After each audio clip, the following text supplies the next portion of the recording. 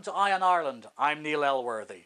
Now, we're an island nation, so what can I say? We have a heritage and a history with the maritime. All of its beauty is on display on a very small, very beautiful maritime museum in Arklow, County Wicklow.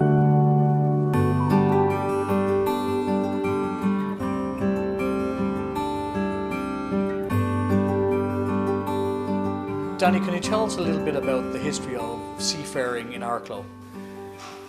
Oh, it goes back a long, long time. Recently they found a dugout canoe just up the river, which they claim is 5,000 years old. But it started up then in small ways, fishing.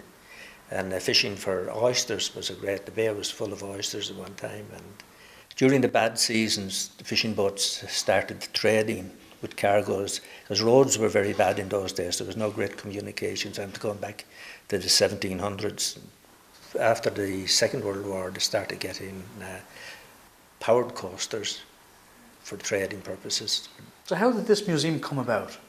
Yeah, well, it was about 1973 that the Christian Brothers here in Arklow had a boys' school and a boys' school, and they decided it was time to start up a museum with all the shipping artefacts and boat artefacts we had in Arklow.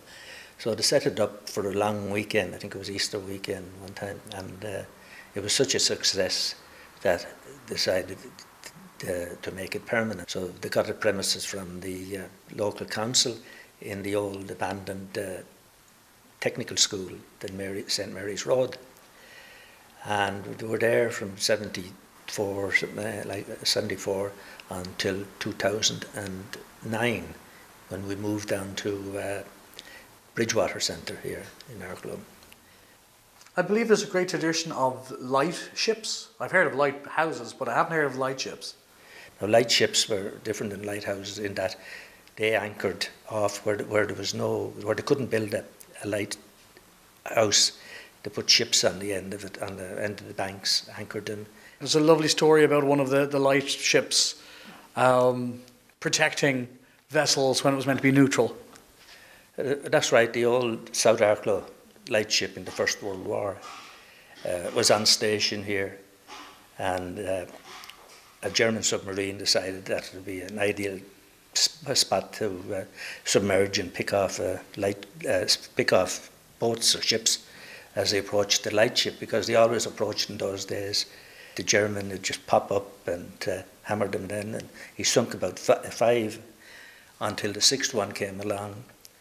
And the captain of the lightship, he couldn't stand it any longer, so he put up a signal warning the ship approaching to keep clear. There was a submarine there. All the ships then buzzed off, and the German captain, he got annoyed at this, and he sunk the lightship.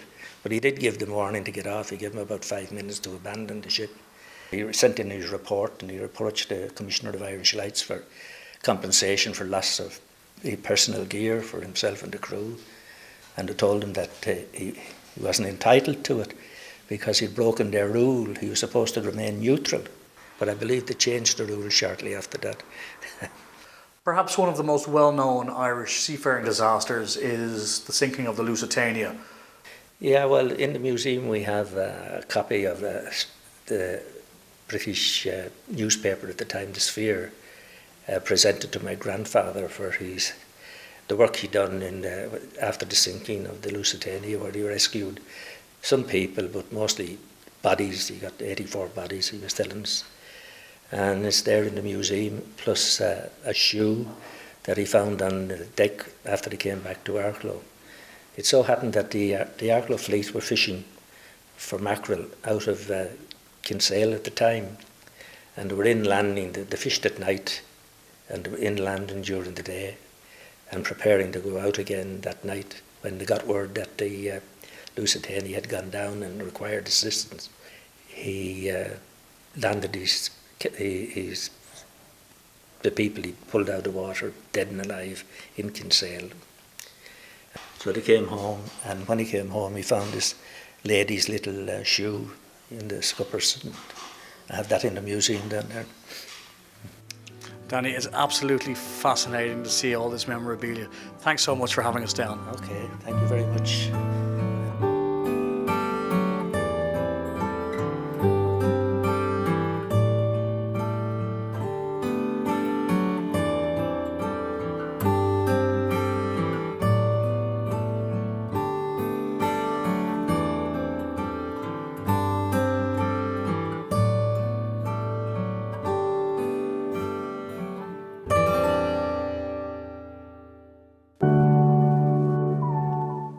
what a fantastic and very well run facility. And anybody who's interested in the sea or seagoing times, take a look at it. It's been fantastic. We'd like you to like and subscribe to any of the videos you see here. And if you've any stories or points of interest that you think we should cover, drop us a line. All contacts are at the end of this programme. And until next time, for Eye on Ireland, I've been Neil Elworthy.